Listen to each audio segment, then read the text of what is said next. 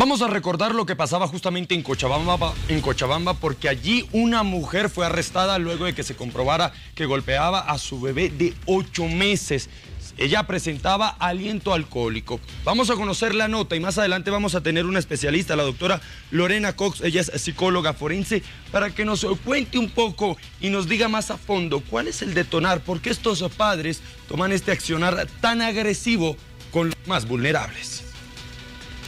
Un patrullero circulaba por la zona sur, vio que dentro de un radiotaxi una mujer agredía físicamente a su bebé de 8 meses de nacido. Inmediatamente el uniformado intervino y arrestó a la mujer. Habrían identificado al vehículo donde la mamá trataba inclusive de botarla por el vidrio del vehículo. La Defensoría de la Niñez y Adolescencia acoge al pequeño. El menor está estable, tendría algunos hematomas leves. Aparentemente estaba en estado de ebriedad la señora.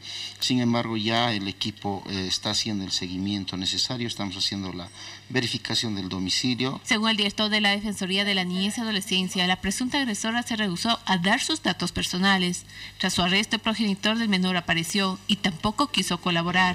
Ahora se investiga si el menor era víctima constante de maltrato. Sin duda es un hecho lamentable, Martín, porque volvemos a hablar de hechos de maltrato infantil. Pero, ¿qué es lo que conlleva a que los padres tomen esta decisión tan agresiva con los más vulnerables? Lo decíamos, tenemos invitadas especiales como es la doctora Lorena Cox, que es psicóloga forense.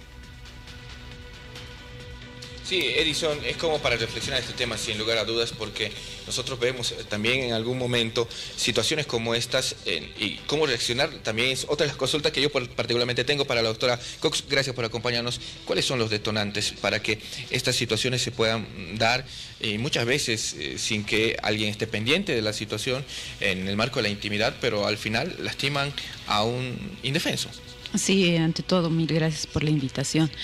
Es importante tomar en cuenta dos situaciones, ¿no? Hay factores predisponentes y desencadenantes para esta violencia, en todo caso, que se ejerce en cuanto a una población con un grado adicional de vulnerabilidad, que son precisamente los niños. ¿Qué es lo que pasa con la violencia? Es decir, esta es una situación que se reproduce, lógicamente, de manera intrafamiliar. Es decir, si nosotros somos creados en un ambiente violento, vamos a reproducir esa violencia de manera activa o pasiva. Entonces, de manera activa vamos a ser igualmente agresores o de manera pasiva nos vamos a dejar agredir. Entonces, ¿qué es lo que pasa con los niños? Los niños con este grado adicional de vulnerabilidad, como se refería anteriormente, reproducen desde que son niños esta situación, ¿no?, de violencia. La simple observación crea la reproducción de conducta y es una conducta ya internalizada. Si tienes un ambiente violento, lo reproduces. Exactamente, por un lado, ¿no? Adicionalmente, situaciones culturales como el hecho de las necesidades económicas, básicamente, que llevan a que las madres que tienen hijos, a veces numerosos, se acojan al seno familiar de algún varón. Entonces, en esta situación de necesidad de pertenencia a una familia, consienten los maltratos hacia los hijos, que por supuesto no son hijos de la nueva pareja, ¿no? Se han producido ya como situaciones consecuentes en relación con esta violencia, ya lo que son los infanticidios y neonatocidios, ¿no? ¿Qué es lo que se entiende por esto? Es justamente el dar muerte a los bebés como producto de varias situaciones. Es multicausal esto.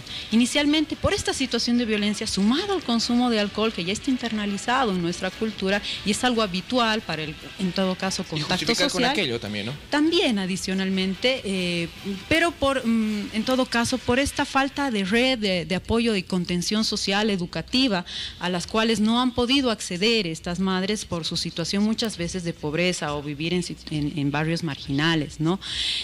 Sin embargo, todo esto a la larga, estas situaciones familiares pueden llegar a desarrollar lo que son ya trastornos mentales en las madres y que esto puede motivar la muerte de los hijos, como por ejemplo una psicosis aguda, ideas delirantes de que por ejemplo el diablo ha poseído a su bebé y entonces en consecuencia matan a sus hijos. Esto por un lado, ¿no? Por otro lado también que las madres han podido ser desde niñas, y esto es muy importante, importante de rescatar como secuelas que son irreversibles, por ejemplo, víctimas de un abuso sexual. Entonces, en esa situación de víctima en la que se ha criado y desarrollado y no ha sido contenida o intervenida psicológicamente o terapéuticamente, entonces desencadenan y desembocan toda la agresividad que probablemente han atravesado en función con los hijos, y muchas veces los hijos que son no deseados, ¿no? A veces por la numerosa cantidad de hijos que tienen, o a veces porque sus hijos básicamente son producto adicionalmente de una nueva situación de agresión sexual. Por otra parte, situación es solamente una alerta de algo que podría ser peor en el futuro en el caso en particular para este niño. Sí, en este caso de manera particular se ha logrado intervenir esta violencia extrema que se está ejerciendo, ¿no? Si no se lo hubiera hecho, probablemente ya estaríamos hablando de un infanticidio, Martín, y no hablando de violencia intrafamiliar reproducida en la madre y en los hijos. Y bueno, esta dificultad en el control de los impulsos también ejercida hacia los hijos, porque no hay que olvidarse que estas madres también son víctimas de violencia intrafamiliar por parte de sus parejas, y entonces son nuevamente agresoras con sus hijos, y los hijos a su vez, ¿no? Cuando van desarrollándose, entonces van a incidir en este círculo de violencia adicional. Edison. Doctora, perdón, muy buenos días.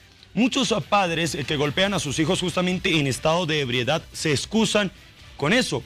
Es que yo lo golpeé porque estaba en estado etílico, no estaba consciente, pero yo a mis hijos los quiero y los protejo. ¿Es realmente el alcohol el detonante a las agresiones? Hacerme dar cuenta. De hecho que no.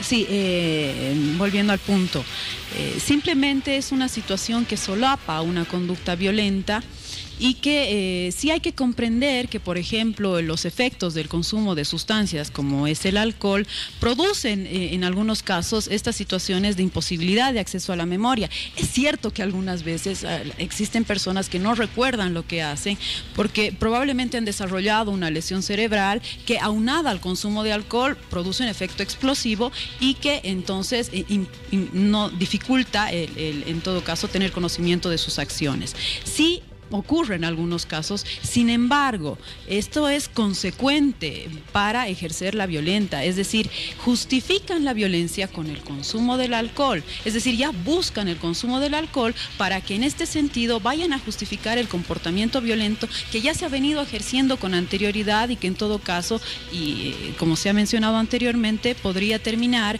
en la muerte de sus hijos y que este sea una situación atenuante para su responsabilidad criminal.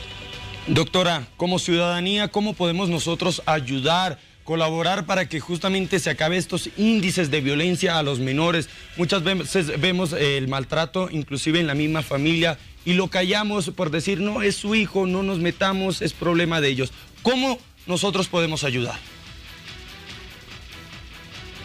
Pues efectivamente de manera contraria a como se está establecido. Tenemos que tomar conciencia de que todos los niños, desde su nacimiento y desde su concepción, son de entera responsabilidad de los padres y de las personas que los han asumido en cuanto a su protección.